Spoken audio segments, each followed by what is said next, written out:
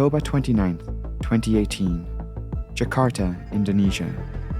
Mornings are very busy at Indonesia's largest airport. One flight leaving early in the day's schedule was Lion Air Flight 610 to Pangkal Pinang. It's only a short flight, one of just over 1 hour. The operator of this flight, Lion Air, is just one of many low-cost air carriers operating in Indonesia. The market of cheap flights here is highly competitive, and Lion Air was at the forefront of the latest aviation technology. You see, they had recently acquired this brand new Boeing 737. It was delivered to Lion Air just 2 months earlier. When the 181 passengers booked their tickets, they would have looked at their bookings and seen they would have been flying on one of these 737s. They probably felt they were in safe hands. Why? Because the Boeing 737 is one of the best-selling passenger planes in aviation history. It has a good safety record and has been a reliable plane in fleets for years and generations. Lion Air has been a Boeing customer for a long time, and like any low-cost carrier, they have a rather homogenized fleet of older Boeing 737 planes. So, when Boeing launched this brand new variant, it was clear Lion Air would invest in it. It's called the Boeing 737 MAX series. Consisting of 4 subvariants of varying length, it's the modern generation of the ever-popular plane. At time of recording, Boeing has over 6,000 of these still on order. Acting as pilot in command on this flight was 31-year-old Captain Bhavya Sunija. He was actually from India and did pilot training in the United States. He had accumulated 6,000 flight hours in total. Most of that has been in Boeing 737 aircraft. As the MAX was seen as an upgrade to previous models, he was given little training on this newer plane. His co-pilot, Indonesian First Officer Harvino, age 41, was similarly experienced. He had about 5,000 flight hours, again the majority of that in the Boeing 737. The first officer, though he did pass all of his tests and exams to fly a passenger plane, it wasn't without difficulty. In the previous 5 years, there had been numerous comments logged on his training record referencing difficulty in many areas of flight, such as approach procedures, departure instructions, stall recovery, and non-standard operations. Still, he successfully passed the exams and on this occasion would be acting as the pilot monitoring, handling radios, making callouts, performing checklists, things like that. They were expecting a smooth flight that morning. Weather conditions were good. Leaving the gate, the plane with 189 people on board taxied out to the southeast of the airport for a departure from runway 25 left. At 6:20 in the morning, Lion Air 610 was cleared for takeoff. The 737 MAX 8 began rolling down the runway. However, unbeknownst to the pilots, something was off here. The plane's flight data recorder later revealed to investigators a discrepancy between the aircraft's 2 angle of attack sensors. The angle of attack sensors do exactly what it sounds like they do. They measure the aircraft's rotation angle. The titular angle of attack is defined as the difference between the chord line of the wing and the oncoming airflow. It's a flight principle that is intrinsically linked to lift coefficient. The sensors used to measure this do so by shifting into a position parallel to the oncoming air, calculating the angle value. That information is then passed on to the flight computers, which then use the information provided by the sensors to calculate precise airspeed and altitude values for display on the primary flight displays. There are 2 angle of attack sensors on the 737, one on the left and one on the right, one for each pilot.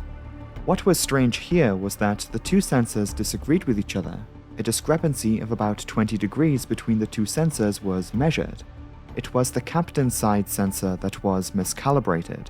It was recording a high angle of attack before the plane even left the ground. This had the effect of displaying incongruent data to the pilots.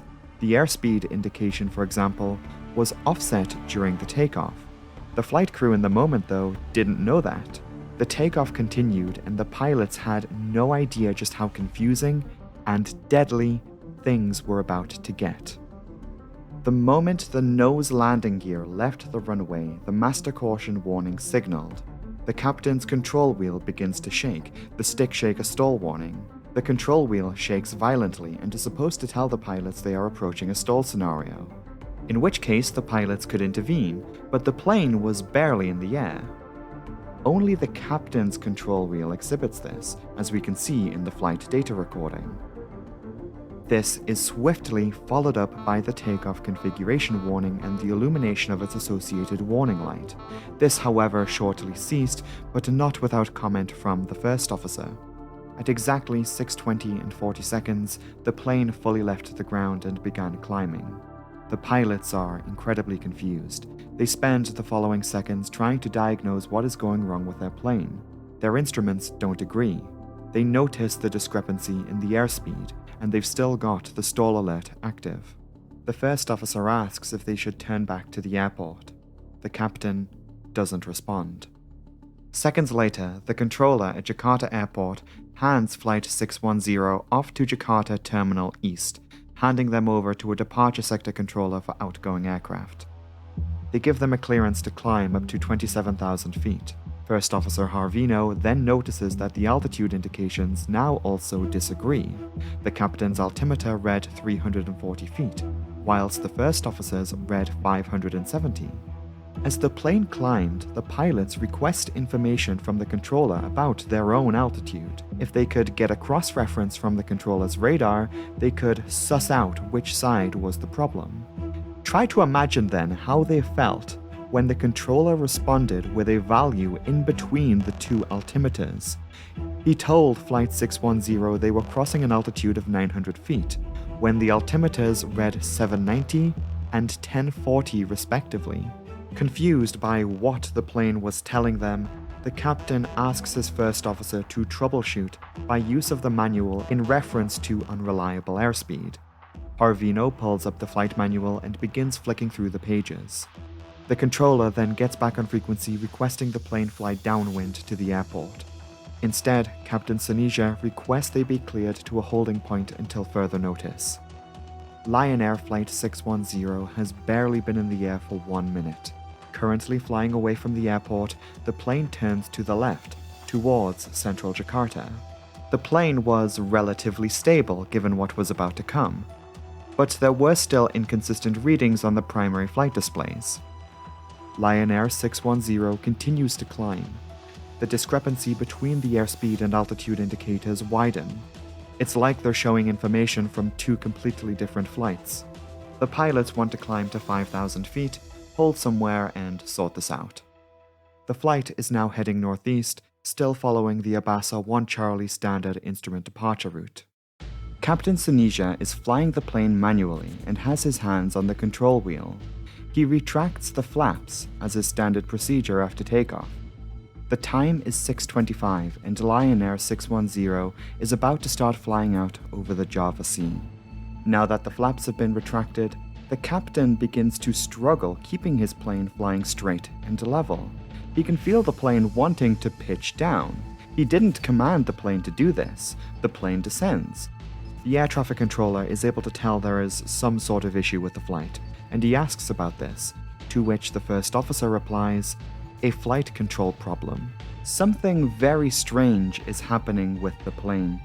Automatic stabilizer trim inputs were recorded on the flight data recorder, trimming the nose of the plane down, this seeming to coincide with the flaps being set to 0 degrees. It activates not once, but numerous times over the course of the short flight. We can even see the effects of this in the automatic dependent surveillance broadcast, that is, the ADS-B data shared from the plane. The aircraft climbed, tried to level off at 5,000 feet of altitude, but the plane kept pitching down. Cross-referencing this with the flight data recorder, during this time the pitch trim position was fluctuating, up and down, up and down. Analyzing the automatic and manual trim inputs, we can spot a sort of tug-of-war taking place here. An automatic system was trying to apply nose-down trim, whilst Captain Sanija tries to fight it with nose-up trim inputs. Neither of the pilots know what is going on here or why their plane is behaving this way. The captain delegates the flying responsibility to the first officer. He too experiences the same flight control difficulty. The plane's altitude continues to fluctuate. Spare a moment for those in the cabin who, around this time, would have noticed the plane was not climbing. They may have felt the up and down motion, the flight attendants also noticing the climb was inconsistent to what they were used to. The automatic system keeps activating in intervals, almost like there was a pattern that had to be interrupted by the flight crew. Controllers give Flight 610 a heading of 050, but they weren't able to maintain this heading. As they reported to controllers, they were trying to address their flight control problem. For over 4 minutes, the flight crew wrestle with this strange anomaly of the plane working against them. The flight takes a fatal twist as the automatic stabilizer trim goes beyond what the pilots can counteract with their controls. The plane begins a dive and accelerates towards the Java Sea. Controllers watch in horror as the plane plummets to its demise. A desperate struggle from the pilots to save themselves and the lives of all 189 people on board was futile. At 6:31, Lion Air Flight 610 crashed into the Java Sea at high speed in a nose-down attitude. There were no survivors. News of the accident stuns the world. The Boeing 737 MAX is a brand new airplane. It's not like planes to just crash like this, not in the modern day. People wanted answers, but Indonesia is no stranger to plane crashes. Sadly, the country is notorious for its poor aviation safety record. What no one knew at the time, though, was that when Lion Air 610 crashed, so too did the reputation of the Boeing 737 go down with it. I invite you to strap in, because this video is, well, it's a journey. In order to truly understand this air disaster, a lot of context and historical information needs to be unpacked and laid out on the table. So join me as we look a little closer at what investigators found here. Then we need to go back in time and gain an understanding as to why this aircraft even exists. You ready? Okay. Let's do this. Responsibility for investigating the crash fell to the KNKT, the Indonesia National Transportation Safety Committee. The aviation world waited in anticipation of their findings, and what they found was interesting. Using the data extracted from the flight data recorder and the maintenance logs of the plane, investigators were able to implicate the captain's side angle of attack sensor in being a suspect of interest. As it turns out, the angle of attack sensor that had previously been on the plane had a recent history of malfunction and was replaced the day before the accident. The mechanic who did the job had to order in the part from elsewhere because there wasn't one available at the time. The accident plane, therefore, was grounded for a while, and when the part arrived and was installed, they failed to calibrate the new sensor, which left the large discrepancy that investigators later found in the flight data recording. The flight data recording clearly shows us that the captain's sensor was interpreting an angle of attack some 20 degrees higher than the first officer's. Now, there was an additional flight in the hours between this maintenance and that of the accident, Lion Air Flight 043, Bali Denpasar to Jakarta. When investigators interviewed the flight crew from that flight and looked at the respective flight data associated to it, it became apparent that they experienced the same abnormalities that the crew of the accident flight did. This included the disagreement between the instruments, now believed to have been brought on by the miscalibrated angle of attack sensor. Now that explains why the instruments were inconsistent with each other. However, it doesn't really get to explaining the fatal problem, why an automatic system began to continuously trim the aircraft's nose down. This also occurred on Flight 043. When the flaps were retracted, the plane reportedly kept wanting to dive. It's right there in the flight data. Automatic trim, the pilots trying to counteract it. A third member of crew on this flight, sitting in the jump seat, was able to observe the trim wheel, that being located next to the throttle controls. The trim wheel was spinning rapidly, indicating that stabilizer trim was in motion. The flight crew of this previous flight were able to prevent a loss of control by executing a non-normal checklist pertaining to runaway stabilizer trim. Item number 5 on this checklist is to flip the stabilizer trim cutout switches to the cutout position. This interrupted the stabilizer motion and the plane continued to Jakarta, something that reportedly perplexed investigators. The flight crew of that flight did not adequately make known what the problem was in the logbook or how they navigated the issue. Maintenance could also not determine the problem either. Gee, I wonder what happened there. I wonder why they couldn't find the problem. This left the accident pilots with limited knowledge of the anomaly, and ultimately, they did not execute the same non-normal procedure during the accident flight. Okay, so what the hell is going on here, and what does it have to do with this angle of attack sensor? Well, Boeing sent a representative to the investigation, and as it turns out, what had been observed here in the flight data was the activation of a system that Boeing added to the new variant of the 737, the 737 MAX. They call it the Maneuvering Characteristics Augmentation System. It is often abbreviated as MCAS. So, here's the deal. This is a Boeing 737. This model right here is a depiction of the 800 model. This is one of the best-selling passenger planes in all of aviation history. It has an excellent safety record, and these reliable planes have been the backbone of fleets the world over for, well, years. If you've ever flown with Southwest Airlines, Ryanair, or Transavia, you have definitely been on one of these things. This is a good plane. Pilots love it. It made Boeing a ton of money as they sold these planes by the thousands. This is also a Boeing 737. This model right here is the older sister of the 737-800. This particular variant shown here is of the 300 model. If you flew Southwest or actually any American carrier between the years of 1984 and 2000, there is a good chance you took to the skies on one of these. Before this plane came along, this was the most popular plane in the skies.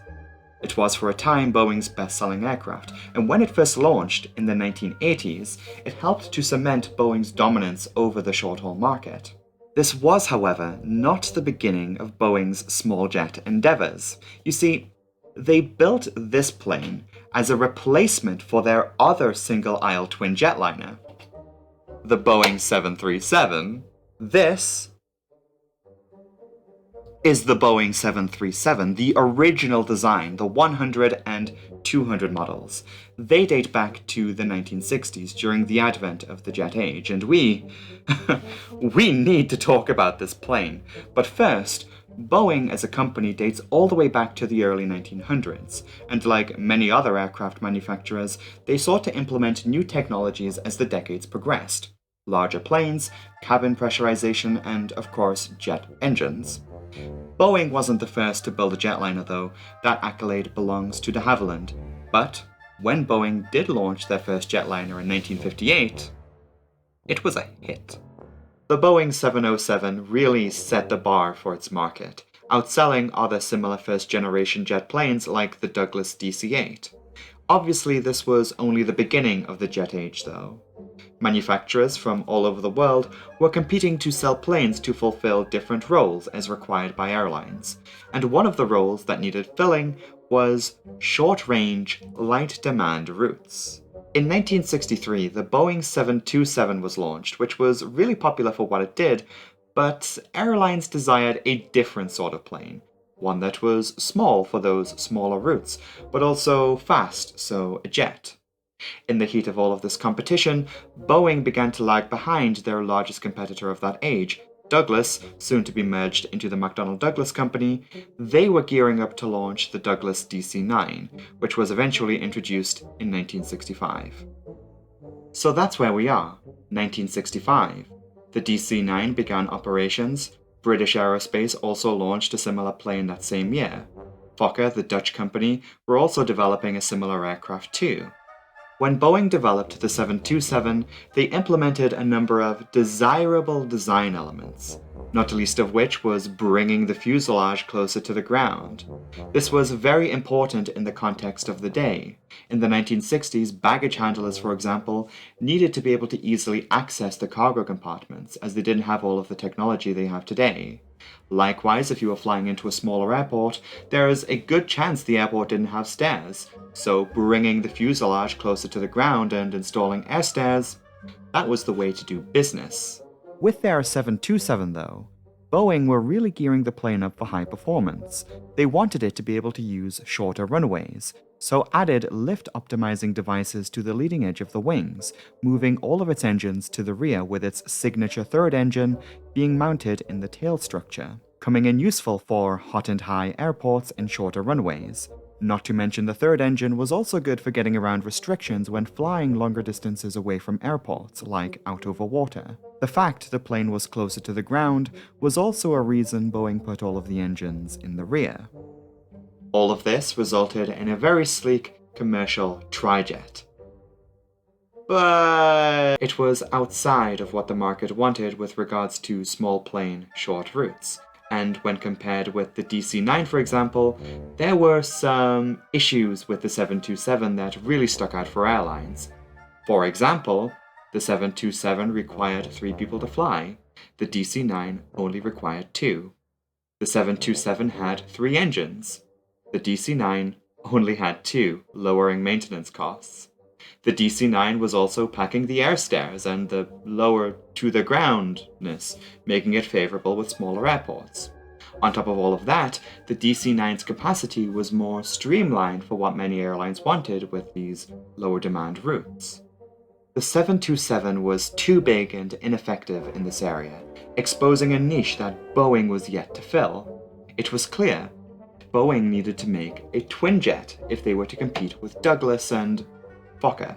But no one was competing with Fokker. The plane was terrible. It kept crashing in icing conditions. That's a whole other story, by the way. Not wanting to concede their market stake, Boeing got their act together pronto, and what Boeing effectively did was make a smaller 727.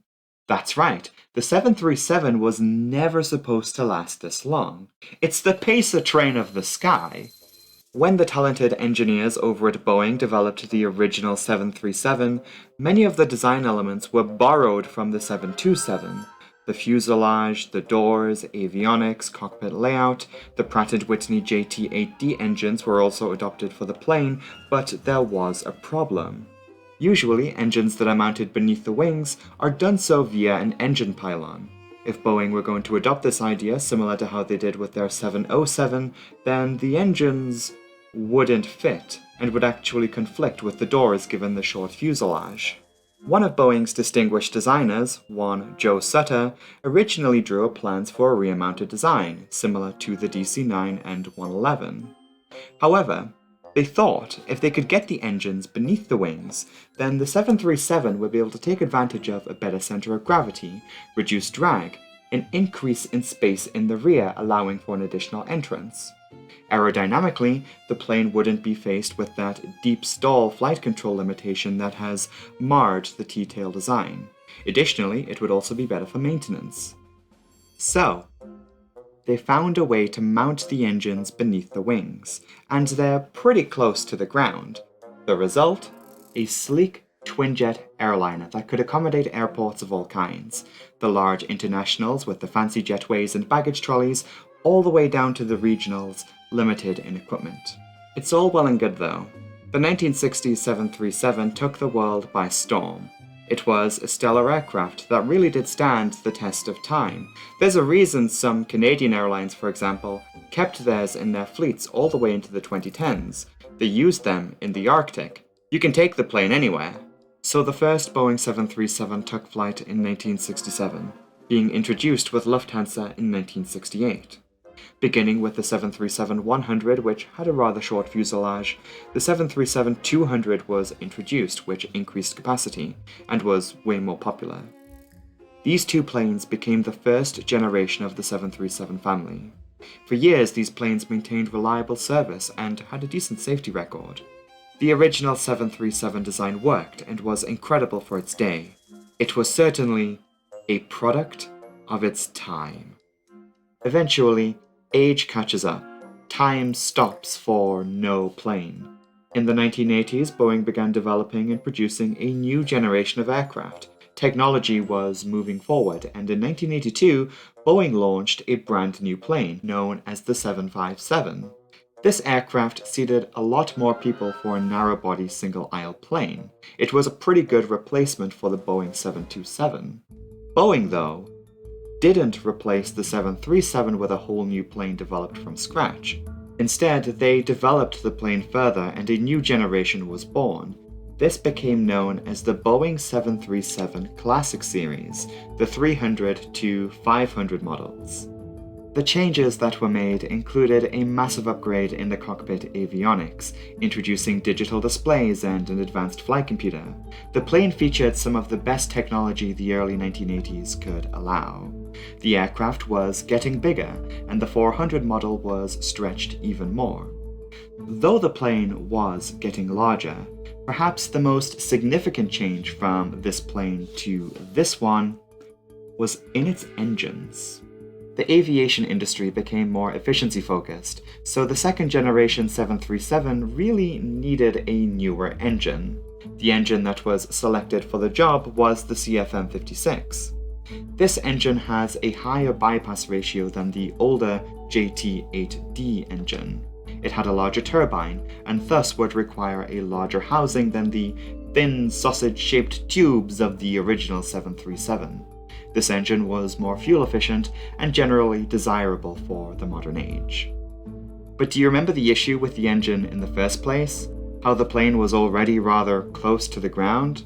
Well, to make the larger engines fit, they had to flatten the engine housing on the bottom so it could achieve the ground clearance it needed. You can see this clearly when you look at a Boeing 737 head-on. Backing up for a moment though, something else also happened in the 1980s. The Airbus A320 hit the scene, and this was a real threat to Boeing's dominance over this sector of the market. As we've mentioned, the A320 adopted the same engines as the then current 737s, the CFM56, but the A320 also boasted some impressive tech, becoming the first commercial airliner to completely utilize fly-by-wire functionality. So the long and short of it is, Boeing regenerated the 737 for a second time to keep up with Airbus. Enter the Boeing 737 Next Generation. This third generation of the aircraft, to give my own opinion, is actually my favorite. Boeing really polished this plane up, and though it features the same CFM56 engines as its older sister, it features even more advanced avionics, and they even added a heads-up display later on. The 737 NG series is a very well-rounded product, and Boeing sold a lot of them. Boeing introduced a variety of size variants to fit the different needs of airlines. The fuselage could be shortened and then shortened again, but it could also be stretched, with the 737-900 increasing capacity to as high as 220. This larger 737 though, if it were to feature its high capacity, it was required to comply with evacuation requirements. It crossed the threshold of needing more doors. Therefore, an additional set of mid-cabin doors are found on this plane just aft of the wings. But if the airline didn't operate this aircraft in its highest capacity configuration, maybe they had multiple classes on board, then perhaps they didn't need these doors to comply with the regulations. So the option of a door plug exists. Bolted and secured shut from the inside, it would look just like a normal row of passenger seating. From the outside, it gives the appearance of a door, but features a full-size passenger window and lacks all of the handles and stuff on the outside, because it doesn't actually function as a door at all. It was just an optional thing that airlines could opt for if they just didn't need the doors here. Just thought you might like to know that. You might want to hold on to that information. Who knows? We might need it later. Though the Boeing 737 Next Generation brought the plane up to a modern standard, it still featured a general design that was more suited for the 1960s.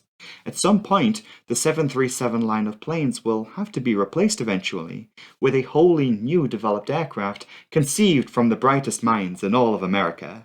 And I have every faith that engineers will be able to do just that. But we still need to talk about the MAX. Part 3. MAX Imum Decline. I have talked here at length, giving you just a brief history of the Boeing 737, priming you with all of the knowledge necessary in order to tackle this next part. We have identified here 3 different generations of the Boeing 737 from different ages of air travel. The 737 MAX is the 4th generation. It is the youngest of all of the sisters, announced in 2011 and eventually introduced in 2017. Part of understanding this problem child is understanding why this plane was built in the first place. At the turn of the decade going into the 2010s, Boeing's competitor Airbus unveiled a new generation of the A320 family, the A320neo. That stands for New Engine Option. Airbus had planned to install a larger, more fuel-efficient and just better engine onto their plane. This was in wake of developments in the late 2000s, where engine manufacturers such as CFM and Pratt & Whitney unveiled their new engines, the CFM LEAP and the Pratt & Whitney 1000s respectively. Both engines are leagues ahead of the previous generation CFM56, the power plant of the original A320 and most 737s up till that point. That is to say, that because Airbus were going to install one of these new engines onto the new A320, they would be outpacing Boeing in the short-haul market. And that's not even mentioning that the Canadians were also building momentum. Bombardier were buckling up to launch the C-Series with the new Pratt & Whitney engine. The manufacturing of that plane would actually later be acquired by Airbus, and that plane is now known today as the A220, my favorite current-gen plane. Thank you, Canada. The A320neo was a threat to Boeing's position in the market. Now, not to oversimplify this too much, but Boeing was dealing with a lot. For starters, the 1990s was a big decade for Boeing. In 1997, they merged with their American competitor, McDonnell Douglas, acquiring the manufacturing and all responsibilities associated with their planes, as well as taking on their employees, including executives. That had an interesting effect on the company. Prior to the merger, Boeing was seen as a company run by engineers and passionate aerospace experts. That changed with this merger, and suddenly the atmosphere was more voracious, cutthroat, so to speak. It was something that was noticed and disliked amongst Boeing employees, some of whom had been around since the dawn of the jet age. This was on top of Boeing introducing the Boeing 777, which raised the bar for long-haul air travel. After acquiring McDonnell Douglas, they took on the responsibility for the manufacturing of the MD-80, MD-90, and even committed to bringing what was going to be McDouble-D's next generation of that plane. They committed to bringing that into production, known today as the Boeing 717. Boeing also responded to the slowing orders of their 767 by beginning development of what would eventually become the Boeing 787 Dreamliner. The development of that plane lasted basically the entirety of the 2000s, and that is not even to mention the need to fulfill the enormous order books logged with the Boeing 737 Next Generation series. Needless to say, Boeing was very busy. Creating a brand new plane from scratch requires a tremendous effort, not to mention it's quite the money sink. Not only do you need the engineering talent and prowess to support it, but the manufacturer also needs to meet all of the requirements set by authorities and achieve the certifications necessary. It stands to reason then that the fact that Boeing laid off significant portions of their workforce and sold off various divisions, severing much needed talent from the company, that probably wasn't the best idea. But then again, they now had the executives from McDonnell Douglas calling the shots. But when Airbus unveiled their new product, Boeing had to respond with a new single-aisle narrow-body plane, so what were they going to do? Well, their then current 737 model, the NG series, had sold very well. They still had a backorder of thousands of these planes to work through, keeping the 737 in production for years. But airlines, they wanted a new model. A model fit for the 2010s. So what were they going to do? Well, you could pour an astronomical amount of cash into developing a brand new plane, the Boeing 797, who knows, but Boeing was dealing with a more immediate threat here. The A320 original had already cut its way into Boeing's path. Airlines, especially low-cost carriers, tried to keep their fleets streamlined and homogenized to keep their operating costs down, meaning carriers like Wizz Air or Southwest Airlines will operate either the A320 family or the Boeing 737 family. As far as the airlines are concerned, the two planes offer the same thing pretty much, so there isn't much of a need to operate both types. This means that pilots will all be trained on the same aircraft, same goes for the flight attendants and mechanics. It's a cost-saving strategy. Even before Airbus dropped the Neo, Boeing had lost key customers to Airbus, like EasyJet for example. In fact, Boeing has continued to lose customers to Airbus. Recently, as part of their short-haul fleet restructuring, my favorite airline that I always try to fly with, KLM, has switched to Airbus. KLM, if you are watching and you want to officially sponsor the show, give me a call. I'll have you know I'm a loyal Flying Blue member. Boeing potentially losing customers to their competition wasn't great news for them, and the A320neo wasn't some far-off thing. Airlines were placing orders for it. The beauty of the A320neo is that it really is an A320 with new engines, as its name suggests.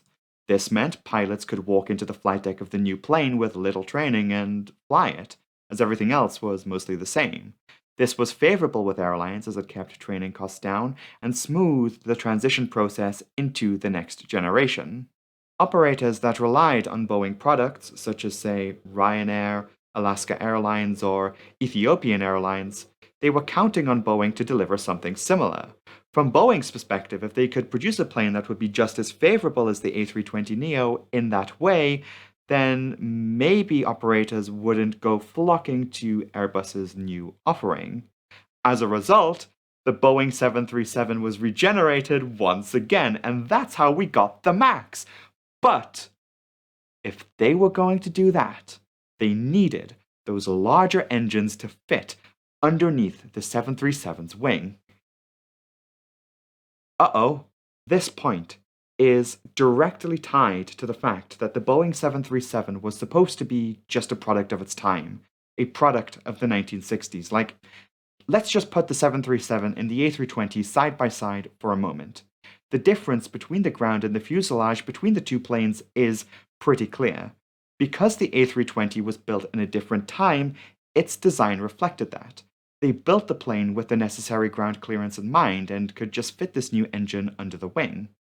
Because the Boeing 737 was designed in the 1960s to favor the conditions of that era, when airports didn't have all the facilities they have today, where low bypass engines were favored in a time where fuel efficiency was less of a concern, the plane is lower to the ground. This strange quirk of a bygone era has stuck around. Therefore, the new engines, even if they had those flat bottoms as it stood, wouldn't fit onto the new 737 MAX series. And therein lies the problem with what happened here. To address this issue of ground clearance, a workaround was devised. Here's what they did. The engines were moved forward slightly and raised higher off the ground. This was the only way they could make this work. They couldn't modify the landing gear because they need to fit into the wheel wells. So if they couldn't raise the fuselage, they could raise the engines.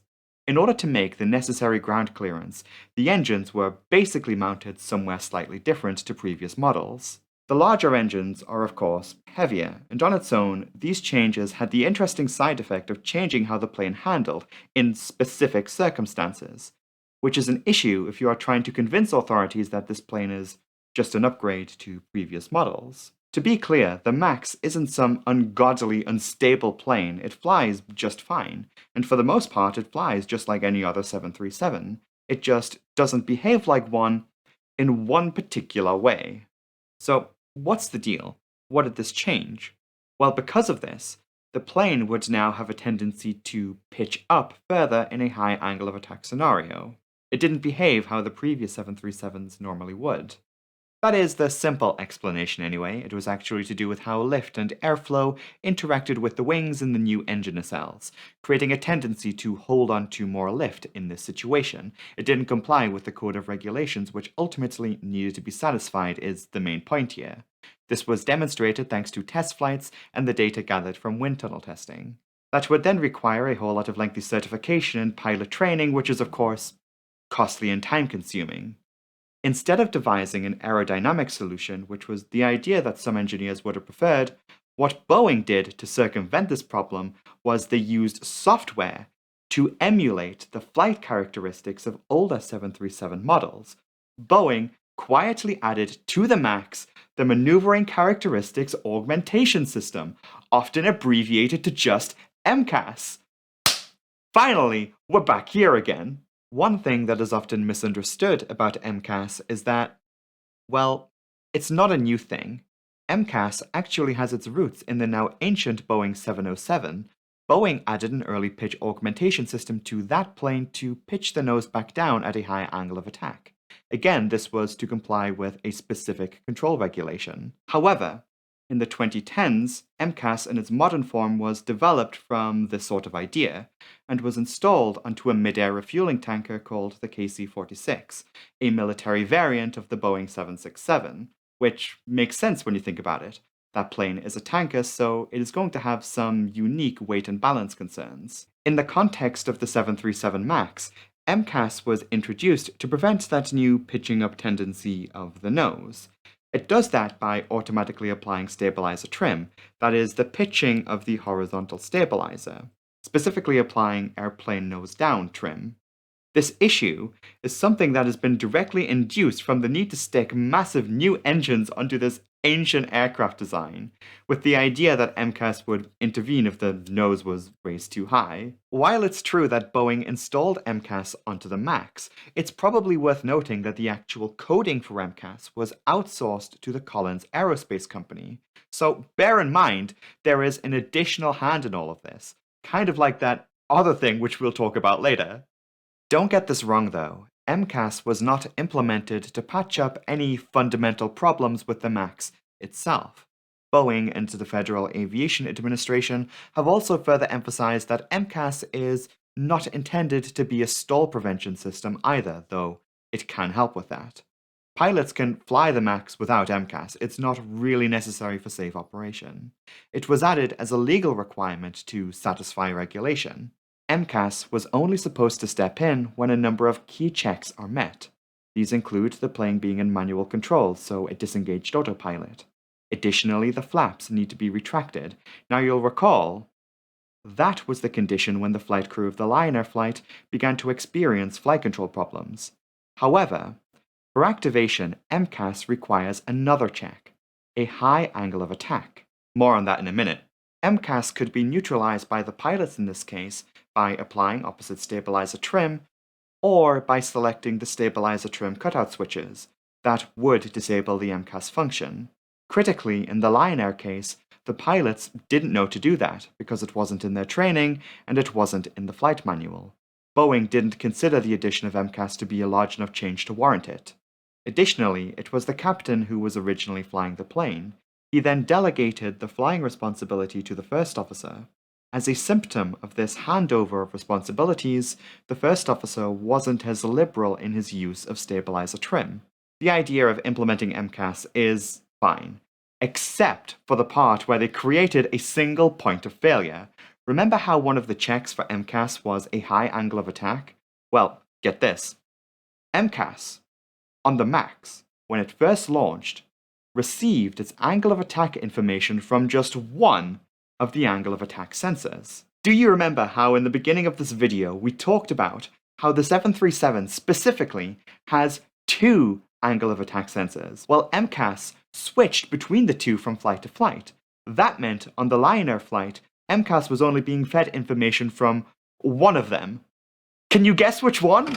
Okay, I have to pause and explain really quick because I forgot to say this when I recorded this part. I don't have a printer, so I had to memorize all of my lines. If you remember, there was one flight before the accident Lion Air disaster.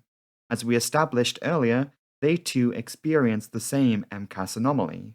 So if MCAS switches angle of attack sensors from flight to flight, then shouldn't MCAS have been fed from the good sensor on that occasion? Good question. Investigators touch upon it deep in the accident report. Basically, it comes down to the accident flight being the first of the day. When the systems are first powered up, it feeds from the left. If that sensor fails or produces erroneous data, like on the Lion Air flight, then MCAS will not work the way it was intended. The MCAS was receiving its data from that single, faulty, miscalibrated sensor, and the information it was receiving was erroneous. Information that the MCAS computer interpreted as the nose rising too high, when it wasn't. As it is then designed to do, MCAS intervened as all the checks had been met. There was no limit on how many times it could activate in such events and to what extent it can intervene, so it kept activating in intervals, working against the pilots by applying stabilizer trim to angle the plane's nose down, because it thinks the nose is too high. It worked against the wishes of the pilots, resulting in the critical flight control problem they reported. Eventually, the stabilizer motion was great enough that it could not be neutralized by the pilots' own controls. Their own plane killed them.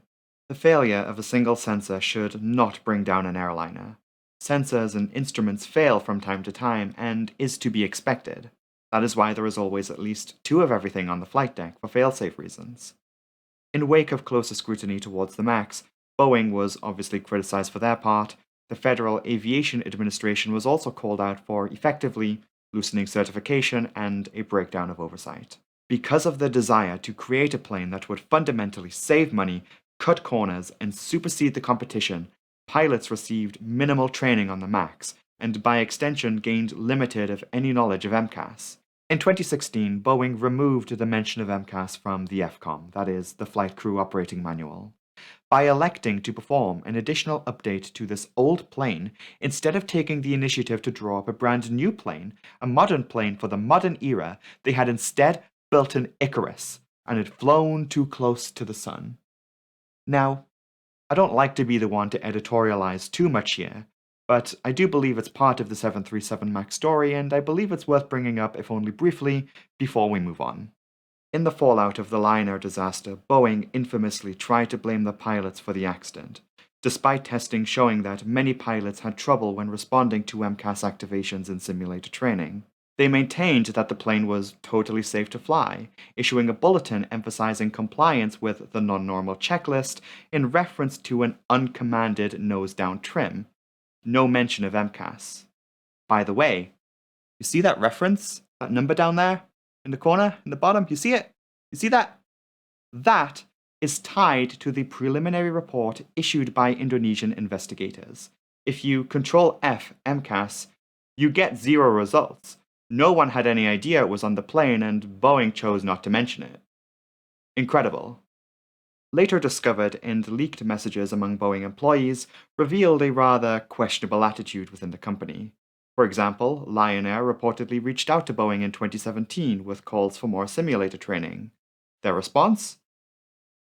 They called them idiots for suggesting they needed more training. They seem great. Reuters obtained documents going as far back as 2013, showing that some Boeing employees evidently were concerned about the development of the MAX. 2 Boeing employees have infamously said that they wouldn't let their families fly on a MAX, and another has been routinely quoted as saying, "Are you ready for this?" saying,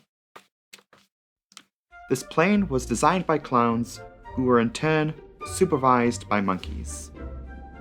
Doesn't really instill much confidence, does it, if people inside your company are saying this about your product?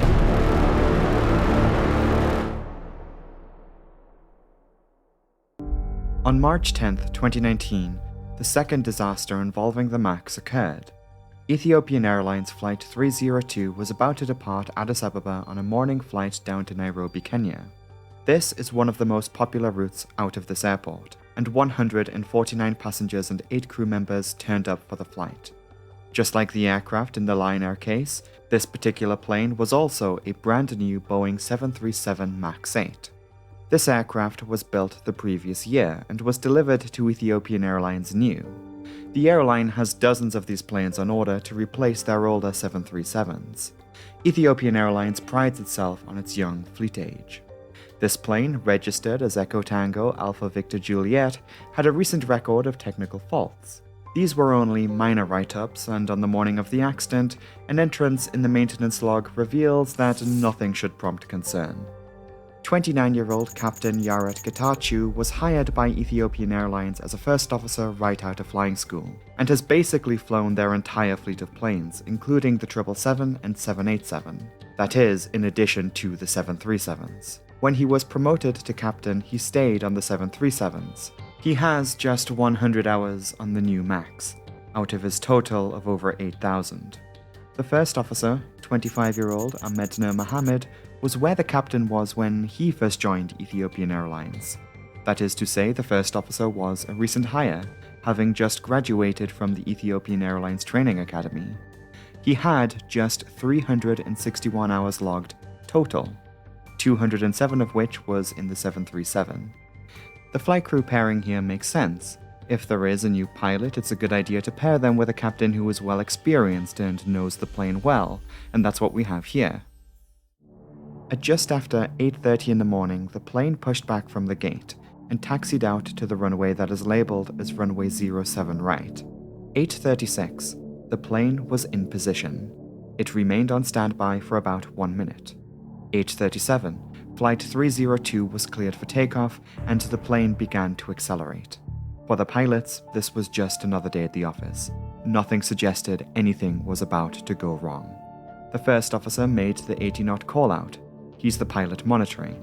Captain Getachew has his hands on the control wheel. The auto throttle is in command of the engine power. 8:38 and 34 seconds, the plane lifts off the runway. At this moment, no issues were yet recorded. At 50 feet of altitude, the first officer makes the positive rate call-out. The landing gear is retracted and they attempt to engage the autopilot.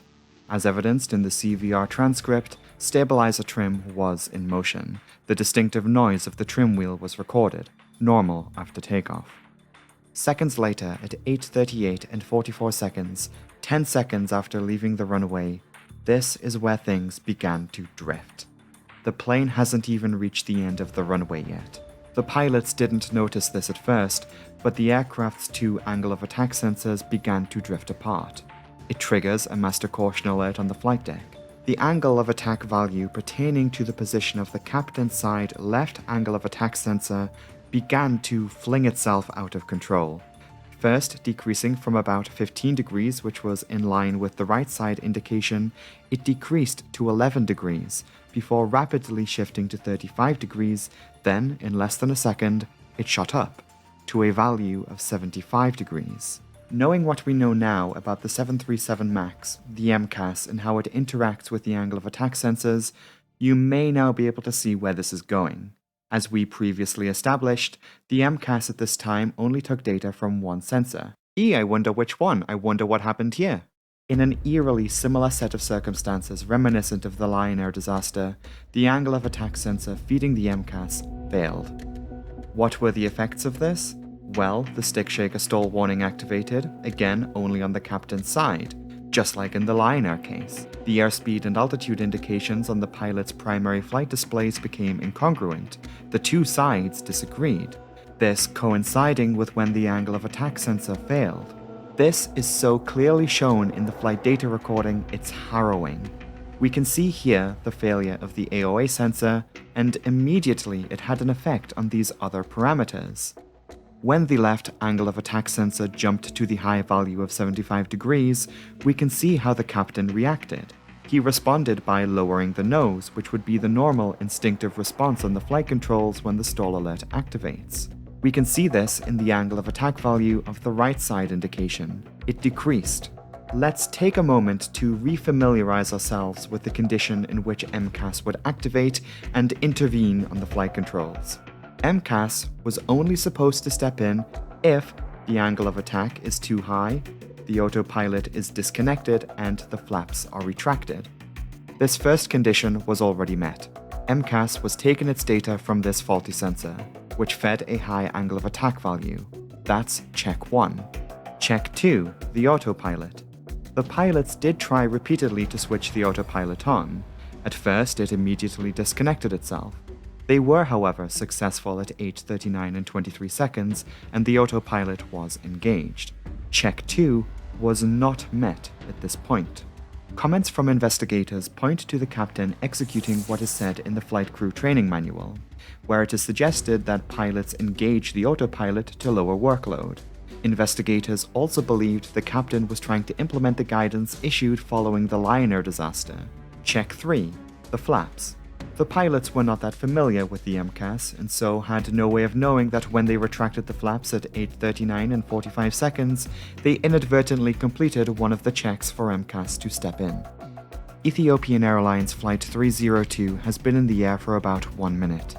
The plane heads out to the east of the city, crossing 8,000 feet of altitude. We have to remember this is Addis Ababa, a high elevation city. They were only about 1,000 feet above the ground here. The pilots have been able to retain control of their plane up till this point. The faulty angle of attack sensor was sending erroneous signals to various systems across the plane. The autopilot suddenly disconnected. All 3 checks were now met, and MCAS awakened from its slumber. The first uncommanded nose-down stabilizer trim inputs were then recorded. The nose lowered and altitude decreased. The pilots report they have a flight control problem to the ground. Captain Getachew responds to the MCAS activation by applying nose-up trim. Following the steps in the flight manual in reference to runaway trim, they then flip the stabilizer trim cutout switches to the cutout position. The captain was able to recover control of the plane at this time and began climbing again. However, this wasn't without difficulty. Because they had selected the stabilizer cutout, they couldn't easily trim the plane themselves, so this required the strength of both pilots pulling on the control wheel and manually manipulating the trim wheel to pitch the nose up. One of the underlying conditions that really affected the control of the plane was its high speed. The onset of the failure of the angle of attack sensor had interrupted the autothrottle, and it had not reduced the throttle control to climb thrust like it is supposed to after takeoff. The plane was even recorded to have gone over speed during the flight. This had the effect of requiring tremendous effort to manually overcome the loads on the stabilizer. For 2 minutes, the pilots struggled with this. The sound of their exhaustion was recorded on the cockpit voice recorder. The captain wanted to assess the situation and see if he could figure out the root cause of the problem. Comments from the flight crew reveal that they had implicated the left alpha vane, that is, the left angle of attack sensor. They had found this to be the cause of the problem. Struggling to maintain pitch, it was ultimately decided amongst themselves that they would flip the stabilizer trim cutout switches back to normal. It's believed this was done to alleviate some of their workload, re-engaging the ability to more easily trim the stabilizer. However, when they did this, they re-enabled the condition for MCAS to intervene once again. The time was 8:43. Ethiopian Airlines Flight 302 had struggled to an altitude of 14,000 feet. Immediately, once they had re-engaged the stab trim cutout back to the normal position, they attempted to re-engage the autopilot. They were unsuccessful. They took the opportunity to apply nose-up trim, but seconds later, MCAS reared itself once again. For a period of 9 seconds, MCAS applied nose-down trim, forcing the nose of the plane down. Ethiopian Airlines Flight 302 enters its final descent. For 20 harrowing seconds, the plane dives towards the ground. The cockpit voice recording transcript is heartbreaking. The captain, in desperation, tries to pull back on the control wheel. He speaks in distress. Pitch up, pitch up. He's getting no response. The plane's ground proximity warning system sounds over the speakers, telling the pilots they are about to crash. Throwing all their strength behind the plane, the pilots were not able to overcome the dive. They spent their final moments screaming in distress. The Boeing 737 impacts the ground just 5 minutes after leaving the airport in Addis Ababa. The plane crashed here, near the town of Bishoftu. A further 157 people are dead. In this specific case, it took 3 years for the final report to be published. Investigators found that the activation of MCAS brought on by the faulty AOA sensor compounded against a lack of situational awareness, inadequate pilot training, and confusing alerts. It was found that the absence of MCAS from the FCOM and pilot training made it difficult for the pilots to identify the problem. They were faced with an unprecedentedly high workload which mounted in a short period of time. Investigators ultimately concluded that MCAS activation made the plane uncontrollable. They pinned the blame for the accident on the MCAS in their probable cause statement, outlining a number of contributing factors. In their findings, Boeing failed to consider the potential for uncommanded activation of MCAS. They pointed towards the guidance issued by Boeing following the Lion Air disaster and said it had no intended effect of preventing a further MCAS-related mishap. Boeing had a lot to answer for. 2 planes, brand new planes of the same type, had crashed in suspiciously similar ways. I remember when I first heard about this accident, I was personally concerned enough to comment on this, and I wasn't the only one. This scared a lot of people.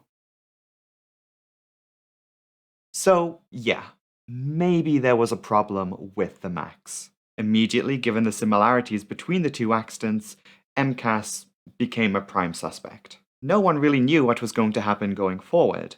As more of these planes continued to roll off the production line and become more common, the possibility of further danger to life was present.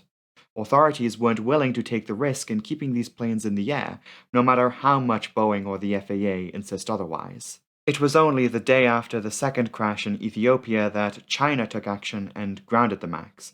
Indonesia did the same thing the same day, having already had a history with the plane. The Lion Air investigation was actually still ongoing when all of this unfolded. The day after that, March 12, 2019, the European Union Aviation Safety Agency and the UK Civil Aviation Authority also grounded the MAX, prohibiting it to operate in the European Union. European authorities would also later go on to require their own evaluation of the plane before letting it fly again. This was a problem for an airline like Ryanair, who had hundreds of these things on order. In fact, Ryanair made an agreement with Boeing for a specialized version of the plane. They had invested $11 billion in the MAX project.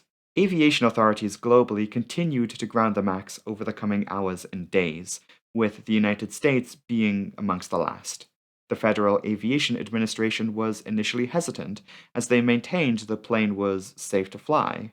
However, as the plane came under closer scrutiny, pressure mounted internally with calls to ground the plane in the United States. On March 13, 2019, the FAA issued this notice.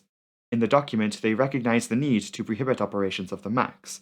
This applied to the 2 MAX variants then currently in the skies, the MAX 8 and the MAX 9.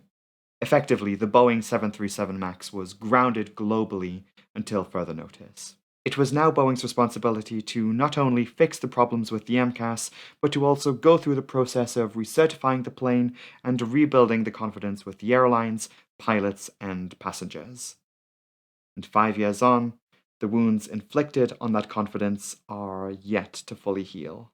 The Boeing 737, an aircraft that maintained such a positive reputation and was such a long-time mainstay in the aviation sphere, now had its reputation forever shattered, stained in the blood of those who perished in the name of profit. No one wanted to fly on a plane that would run the risk of just nosediving into the ground.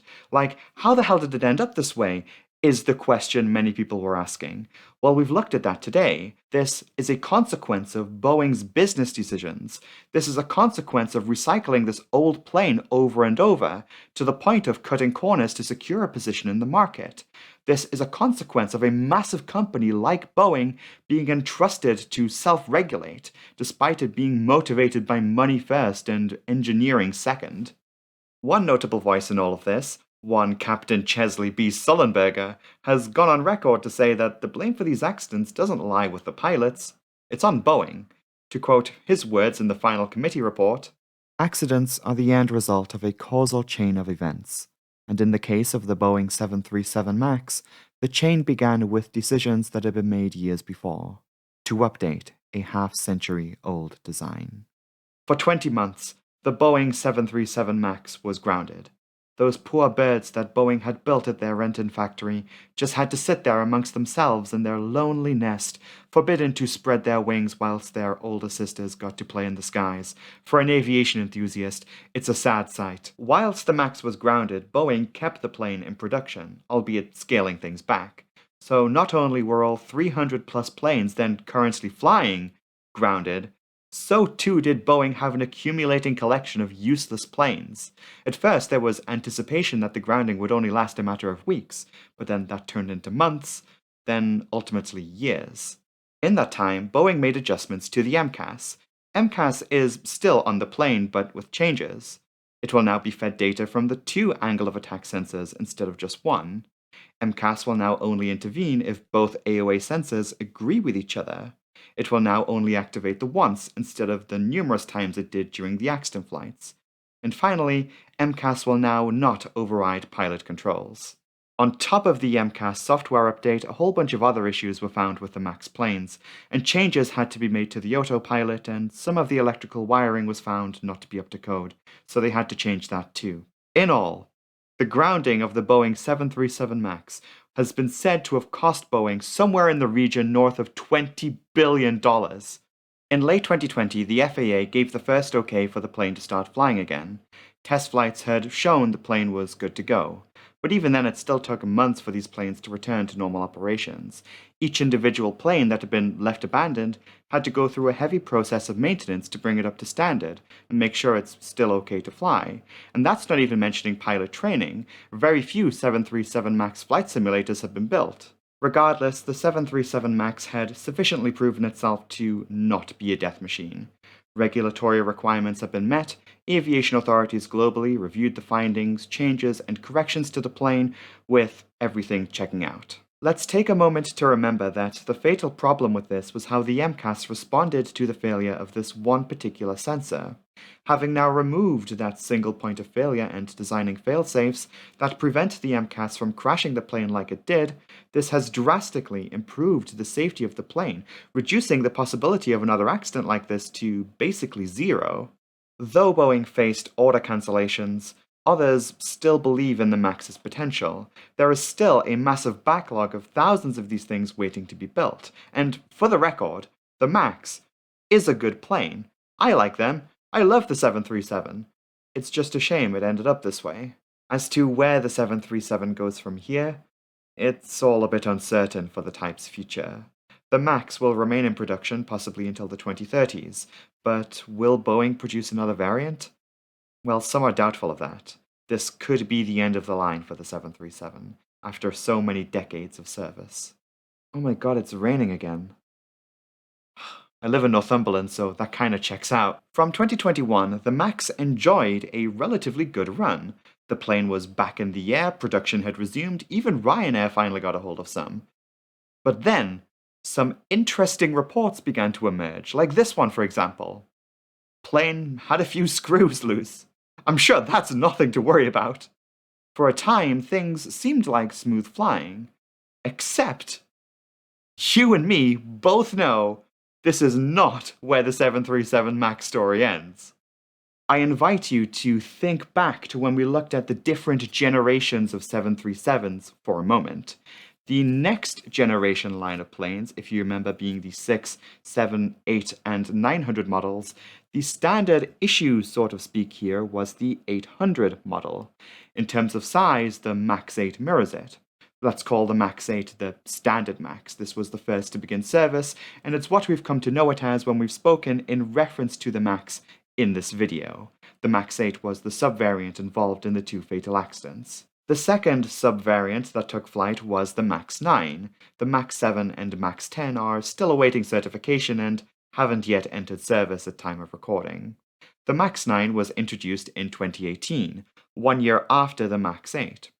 If the MAX 8 mirrors the 800 of the previous generation, then the MAX 9 mirrors the 900. It's the intended replacement.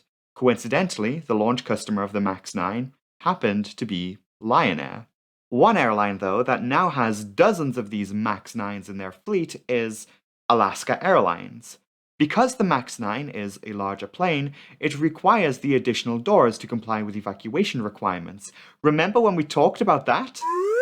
This larger 737, though, if it were to feature its high capacity, it was required to comply with evacuation requirements. It crossed the threshold of needing more doors. Therefore, an additional set of mid-cabin doors are found on this plane just after the wings. But Alaska Airlines don't operate these planes at max capacity, and they fall under the threshold of needing those extra doors. So Alaska Airlines opted for the plugged door option. Alaska Airlines did this to improve passenger comfort from the reduced density the plug option allows for. Now, if you'll excuse me, I need to quickly record something and send it back in time to a previous point in the video. Hold on a second. Just thought I'd let you know that. You might want to hold on to that information for now. Who knows, you might need it later. On the morning of January 6th of this year, I woke up, I was laying in bed, I was on Twitter, and what do I see?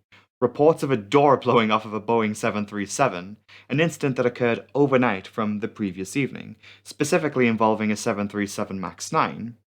I was swiftly informed that, well, actually, it was a mid-cabin exit door plug that had blown out. Oh. Oh dear. What happened there?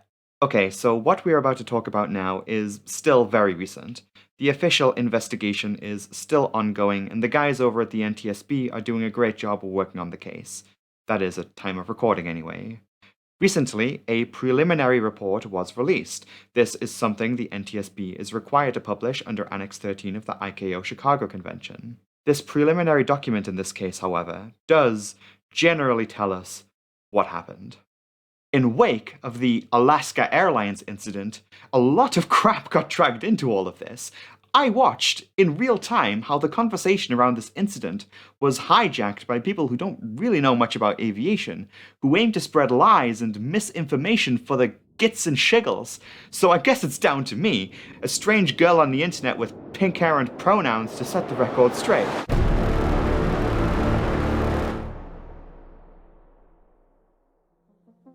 In the evening of January 5th, 2024, Alaska Airlines Flight 1282, operated by a Boeing 737 MAX 9, was scheduled to depart Portland, Oregon, heading to Ontario, California. Earlier in the day, it had been flown in from New York, and by the time of the accident, this particular aircraft had only logged 145 flights. It was delivered just 2 months ago, taking flight in October 2023. Flying as Alaska Airlines Flight 1282, this Boeing 737 MAX 9 took to the skies at 6 minutes past 5 in the evening local time. There are 177 people on board in total, including all passengers and crew. Commanding the plane in the flight deck was a captain of over 12,000 flight hours, with half of that time being logged in the Boeing 737. The first officer, though less experienced, she still had north of 8,000 logged flight hours, with about 1,500 logged on the 737. This was a highly experienced flight crew, which is exactly what you'd love to see. Flight 1282 departed, leaving runway 28 left. Heading northwest, the plane climbs away from the airport normally. The passengers begin to settle in for the flight. On the flight deck, the pilots make contact with the departure controller. Departure Alaska 1282, 2000, climbing 7000. Alaska 1282, Boeing departure, good evening, radar contact, climbing 15,000. Climbing 15,000, Alaska 1282. The plane banks to the left, proceeding on course as per their flight plan. On the radios, they are handed off to Seattle Center, where they make contact just moments later. Alaska 1282, contact Seattle Center 128.15, good day. 2815, good day, Alaska 1282. Climbing 15,000. Alaska 1282, Seattle Center, climb and maintain level 230. I maintain 230, Alaska 1282. They are now flying downwind relative to the airport. Flight 1282 has been in the air for just over 5 minutes. Continuing their climb, the cabin begins to pressurize. Planes are pressurized to emulate a cabin altitude much lower than that of a flight's actual cruising altitude. By the time a plane reaches 30,000+ feet of altitude, the cabin will be pressurized to an equivalent altitude no higher than 8,000 feet. This ensures we can breathe normally. This means the air density is much greater inside the plane than outside. A large pressure differential is created. Air of higher density wants to escape to air of lower density, so it is largely sealed in there. Air is circulated into the fuselage through the engines and air conditioning system constantly. The air inside a fuselage does tend to escape either through leakage or via the outflow valve, something we've talked about recently in relation to another completely unrelated incident involving the 737. The doors of airliners are therefore built to withstand this pressure force and even exploit it, as the pressure differential forces airplane doors into their frames, keeping them sealed shut. All other openings in the fuselage need to be adequately sealed too. This includes the mid-cabin exit door plugs. And one of those mid-cabin exit door plugs had moved off of its fittings, obscured behind the walls of the passenger cabin. As Flight 1282 was climbing and approaching 15,000 feet, that plug blew off the skin of the plane. A loud bang reverberated throughout the aircraft. There was now a hole in the cabin where row 26 of the passenger seating is located. In that instant, the inside of the plane was suddenly exposed to the outside, resulting in a rush of air as the pressure quickly equalized between the inside and outside of the fuselage. For the pilots, their headsets were blown off, their ears popped. The captain had been lifted up and came in contact with the heads-up display, and the flight deck door had also blown open. The plane was still controllable, the blowout had not affected any of the aircraft systems. We have to appreciate that the workload of the pilots suddenly increased after being startled by the onset of this crisis. The plane continued to climb for just over 1 minute, in which time the pilots would have assessed the situation and reached for their oxygen supplies. Once passing 16,000 feet, the pilots initiated a descent. And speaking of oxygen, the cabin altitude suddenly peaked because of this. Therefore, the passenger oxygen masks also deployed in the cabin. Thankfully, no one was sitting in seat 26A, the closest seat to the blowout. It's perhaps considered a miracle that no one was sitting there. The risk of being ejected from the cabin, if so, was great. Photographs of this seat post-accident show the exposed skeleton of the seat. Its cushioning was ripped from the plane. Investigators found that multiple seats around the blowout had rotated off of their fittings. Unsecured passenger belongings, including cell phones and the shirt of a teenage boy sitting nearby, was also ejected from the cabin. The rapid change in air pressure also damaged the restroom doorframe and other interior paneling throughout the cabin. During the descent, the pilots issue a distress call to the ground. Yeah, well, let's go down. I'm sorry, last aircraft again? Last aircraft again? Center Alaska, 1282, we're declaring emergency. We're descending down to 10,050 pitches. As we can follow in the recorded flight data, the pilots had indeed responded by initiating a descent, first leveling off at 10,000 feet, before quickly proceeding to descend further as a diversion back to the airport began. 10 minutes later, Alaska Airlines Flight 1282 landed back in Portland and arrived on stand with only a few minor injuries and 0 deaths. One thing to mention here is that the cockpit voice recording from this incident has been lost. This is due to the fact that the CVR overwrites itself. It keeps recording over itself every 2 hours. When the plane parked up, the CVR circuit breaker was not pulled. Therefore, the live recording continued to loop. This was merely an oversight. We have to appreciate that the pilots had just experienced possibly the most severe incident they'll likely ever experience in their entire careers. It's a lot of stress, and it looks like the circuit breaker was not pulled as a result. Nonetheless, the investigation can still progress without it. It wasn't long after the plane landed that news of the incident started to spread, and with it, so too did the multiple videos captured on smartphones by the passengers. Very quickly, this 737 MAX got swept up in a media firestorm, the hole in the plane becoming the new thing associated with the MAX. But for the record, this, it turns out, isn't really an issue related to the MAX family of planes themselves. Mid-cabin exit door plugs are found on other 737s, and Airbus have a similar option like this too. This is different from the MCAS situation. This is something totally different. So, let's take the opportunity to parse out all of the noise and cut through to what investigators found with the plane. Well, having the plane itself largely whole is good, but they were still missing the door, which really was the focus in this accident. This was found a couple of days after the fact. Investigators also found those cell phones that were blown out. $70 for checked baggage, that's rough. The recovered MED plug has been found to have been manufactured in accordance with its design. That is to say, no manufacturing defects have been found.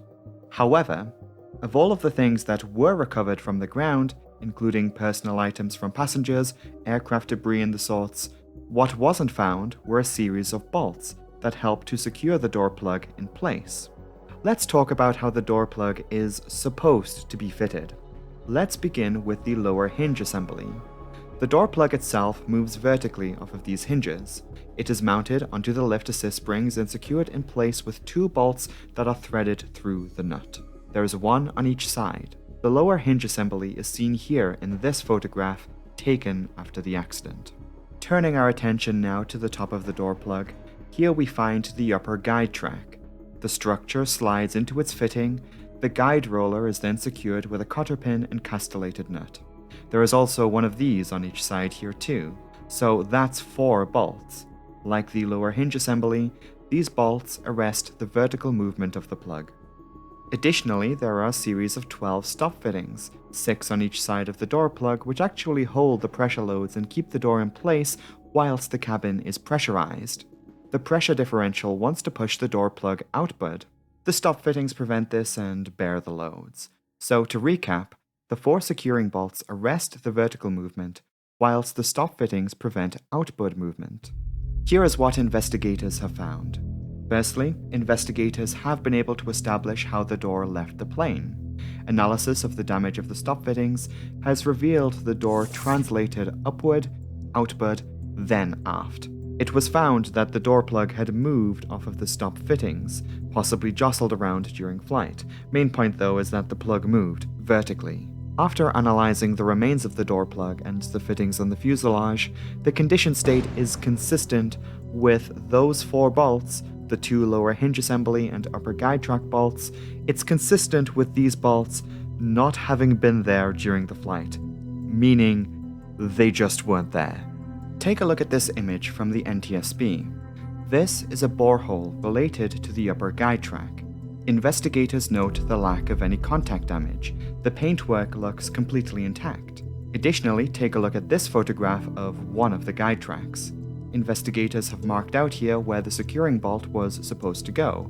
We can even see in this image how the guide roller was ripped away from its fitting. Further evidence is found on the lower hinge assembly. Though analysis here can find the damage of the hinge consistent with the separation event itself, there is, again, a notable lack of damage where the bolt was supposed to secure it. Quoting the investigation, overall, the observed damage patterns and absence of contact damage or deformation around the holes associated with the vertical movement arrestor bolts and the upper guide track bolts and the upper guide track fittings, hinge fittings and recovered aft lower hinge guide fitting indicate that the 4 bolts that prevent upward movement of the MED plug were missing before the MED plug moved upward off of the stop pads. The investigation into this accident is still ongoing. No conclusion has officially been reached yet.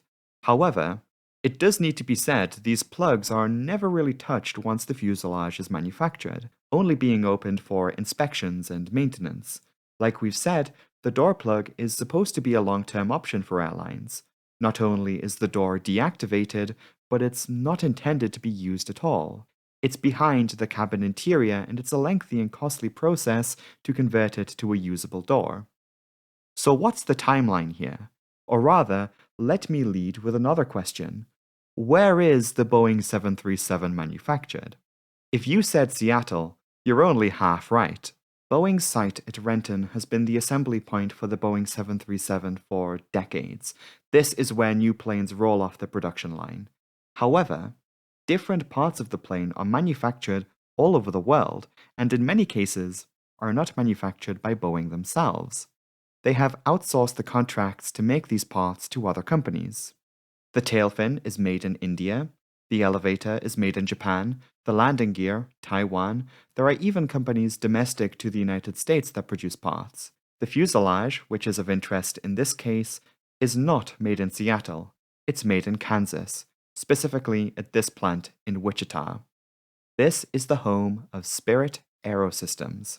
Not to be confused with Spirit Airlines, that's a whole other disaster. Spirit Aerosystems was formerly an arm of Boeing. It was sold off, and now Boeing issue them contracts to make their own parts. Point here is, this is where the fuselage is manufactured and assembled. Through satellite images, we can even see rows and rows of 737 fuselages, all lined up, waiting to ship. This is not where the mid-cabin exit door plug is made though.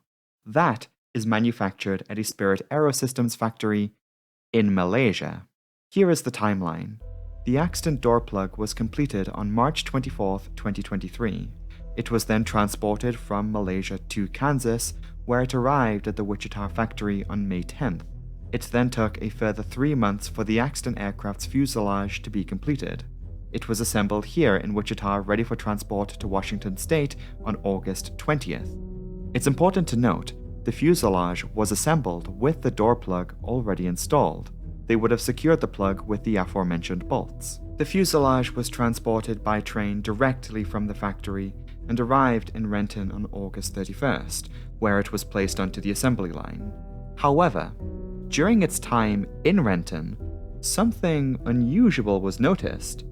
According to reports, 5 rivets near the accident door plug were found to have been damaged. This required opening the door plug so that engineers could access and fix the rivets. Crucially, it is now understood, or rather the story goes, that when the repair was done and the door plug was to be reinstalled, those 4 securing bolts weren't refitted and secured. If this is what it looks like, then this is a huge quality assurance oversight. The plane was completed and made its first flight on October 15, 2023. According to investigators, there is no evidence the door plug was opened at any point after leaving the Boeing factory, which sounds like the plane entered service and performed over 140 flights with these bolts missing. That was until the plug blew out on that fateful evening. Again, the investigation is ongoing, and investigators have said that interviews and a more in-depth investigation into Spirit Aerosystems and Boeing is still to be performed. However, this is the narrative that is being put forward. More details are yet to come. I encourage you to keep an eye out for the NTSB's final report, which may or may not be out depending on when you view this video. The Alaska Airlines incident renewed criticism of Boeing and their 737 MAX. After the incident, Alaska Airlines grounded their MAX 9s pending an investigation. The Federal Aviation Administration also jumped in, issuing an emergency airworthiness directive requiring immediate inspections of these door plugs on the MAX 9. As a result, United Airlines also temporarily suspended MAX 9 operations. Then, on January 21st, it spread. The FAA recommended inspections of previous generation 737-900s because they too have door plugs. This whole thing was quite the mess for Boeing. Just when the 737 MAX had a couple of decent years, the FAA was now investigating the company for alleged non-compliance with regulations. On January 15, 2024, Boeing issued a statement saying that in response to the Alaska Airlines incident, they recognized the need for immediate action in their quality control and have outlined a number of areas of improvement, which included evaluations of their own work and that of their contractors like Spirit Aerosystems. This was going to be where I was going to end this segment, but honestly, as I was producing the other parts of this video, it felt like Boeing's world just imploded or something.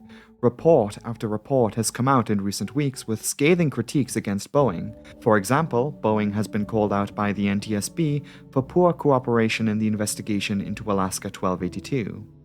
On March 4th, the FAA reported they had now found instances of Boeing and Spirit Aerosystems breaching quality control requirements. This is apparently in regard to parts handling and storage. The FAA is still investigating, but they have now, as of March 2024, prevented Boeing from expanding production of the MAX. Then there was the week where United Airlines had a normal one. One of their planes skidded off a runway in Houston. A report surfaced about an investigation into a jammed rudder incident. Not touching that one, I'm not reopening that can of worms. And then there's the now infamous video of the wheel falling off. Honestly, these incidents really are relatively minor and they don't involve much with the planes themselves. As the Boeing scandal has developed, the media has gone into total hysterics, reporting on seemingly everything for clicks. I could be here all day, so really, I think it's time to just wrap this up. Okay, let's wrap this up and see if we can try and reach some kind of conclusion here. Let's ask, should you be concerned if you arrive at the airport and a 737 MAX awaits you at the gate? The short answer? No, you shouldn't concern yourself at all. You are in safe hands, and the pilots know what they're doing. I know there have been numerous reported incidents in recent months, however I think it's worth remembering that none of these have been fatal. So whilst it may be fair to have some concerns given what's come out recently, especially regarding Boeing, it's also a testament to where we are in aviation safety. In conclusion, yes, there is history. A fatal flaw was exposed with the MAX with regards to MCAS. While it's important to acknowledge that and hold accountability, it's also important to recognize that the problem there was rectified, and 737 MAXs are safe to fly despite the tattered reputation. It's easy to hear of something like the Alaska Airlines incident and draw a conclusion that it's intrinsically linked to the plane's past, but we should be careful about drawing conclusions based on how well something tracks to our own biases. The thing is, what happened with Alaska Airlines wasn't really an issue with the MAX itself. It was a broader structural corporate problem that manifested in poor quality testing, enabling the kind of environment where something like that can occur. Assuming everyone had done their job correctly and the bolts were secured to the plug, that incident would not have happened because there's really nothing wrong with the MAX. That is really the takeaway I'd like to end on. Despite its history, there's really nothing wrong with these planes. Boeing itself, in a wider context on the other hand, well, maybe that's a different conversation, one that's still unfolding and best saved for another day. In a way, the 737 MAX story reminds me of the McDonnell Douglas DC-10 and its infamous reputation. For context, the DC-10 in its early life had a design defect in its cargo door, which manifested in the blowout of said cargo door on two notable occasions, one of which resulted in the deadliest air disaster that had ever occurred up till that point. Again, story for another time perhaps. So like the MAX, the DC-10 had notable accidents stemming from the aircraft itself. However, once the FAA issued an airworthiness directive mandating that all DC-10s have that design flaw fixed, there was never another incident like that again in its entire operating life. However, the damage to the DC-10's reputability had already been done. Its negative legacy often precedes it in aviation circles. A lot of the fatal incidents involving the DC-10 never had much to do with the plane itself, instead being influenced by external factors like improper maintenance, colliding with ground equipment, uninforming the pilot of a waypoint change, or awkwardly rejecting a takeoff, just to name a few. Still, these were headlines that kept the plane in the news cycle for negative reasons. However, if you listen to former pilots of the plane, you'll often hear them talk highly positively of it, often commenting on its reliability. Point is, pilots also really like the Boeing 737. If you want to be concerned about air safety today, there are varying discussions being had on different aviation-related subjects taking place right now. For example, take the conversation around flight tracking. Owners of private planes have privacy concerns about ADS-B flight tracking, something that in 2020 the Federal Aviation Administration made mandatory in the United States for flights in controlled airspace around major airports. This also applies to private planes. This being brought to the forefront of public interest recently after one Taylor Swift threatened legal action against a guy tracking her terrible Dassault Falcon. This was just one thing that was on my mind whilst I was writing the script, so I tried to listen to pilots regarding this thing in particular, but it is a divisive subject it seems. Nuance needs to be a part of discussions like these, so we can parse the guy who owns a Piper Cherokee and goes flying on a weekend in Class G airspace, and the types of private planes that frequently fly billionaires into busy international airports. Taylor Swift's Dassault Falcon 900, by the way, is the size of a small passenger plane. Yes, Taylor, your jet should be tracked! I bring this up because this all came out just weeks following a fatal runway incursion which resulted in 5 deaths in Tokyo. One of the accident planes there, a smaller de Havilland Dash 8-300, it has been reported was not ADS-B equipped, which may well have helped with tracking where it was on the ground. Because there are more planes now than ever, and the fact that this collision occurred at all, it will be very interesting to see what investigators say in their safety recommendations when the investigation concludes and the final report is released. But that's a video for future Chloe to worry about. And whilst we're on the subject of aviation safety in today's climate, let's not forget that air traffic controllers are working longer hours. They're overworked, overstressed, often short-staffed, and many are using older equipment, all of these being factors that have concerned current and former air traffic controllers, as it looks like the environment for a serious collision incident is bubbling. We've even heard of numerous near incidents in recent years, in fact. There are real systemic problems that need addressing there. Shortages of pilots have also seen their fair share of problems. The final point here is there is a lot going on, and for me personally, I am putting the 737 MAX story to bed. Hello everyone. That was quite the mouthful. It's just after midnight and I'm going to bed. But first, thank you so much for watching this gargantuan video. I promise you, I absolutely did not expect when I set out to make this video that it would be this long. I am so sorry, but honestly, I love a good long video. I know this one was a bit different to the usual style I do. Let me know your thoughts on this format in the comments. I think next time I'm going to hit up a shorter video. There's one I have planned, a little known incident from the 80s with very little coverage. I think I might give that a go as a smaller project for the next video. But it is that time. Time to take a moment to thank my amazing patrons over on Patreon for their generous ongoing support to the channel. I honestly can't quite believe the support over on Patreon at the moment. I am just blown away. I have tons of shoutouts to get through today, but yes, a thank you to my amazing patrons. Their names are scrolling on the screen right now, so if your name is here, big thanks. Thank you. Shoutout time. Business class patrons in order in which they joined. A thank you to Matej Drabik, Javier Campos, Harry Fraser, Andrew Colgrove, Rebecca Hall, John Bennett Butcher, Alex Schuler, Hannah Oberhart, Erinus, Kate Dalglish, I hope I said that right, and Beatrix E. Groves. Thank you all so much. First class patrons, again in the order in which they joined, a big thank you to Greg Schultz, Nikki Driver, Ivy and Hannah, Eorek Bernison, Lee Hayward, Wesley Oren, Eric Powell, Harry Bedford, and shout out to Leah Hayden, who actually has been a first class patron for a while, but has asked me to shout out their Instagram. Leah X Munster on Instagram. They're a tattoo artist. Check them out if that's an interest of yours. What legends? The whole lot of them. If you yourself would like to support the channel further, you can always join the Disaster Breakdown Patreon from just £1 per month, and the link to that will be in the pinned comment and description. All patrons get early access to all new videos 2 days before they are released publicly on YouTube. Right, that's all from me today. I'm going to bed, and I'm going to shut up because I haven't stopped talking for over an hour and a half. Thank you all so much for watching. Have a great day, and I will see you next time. Goodbye.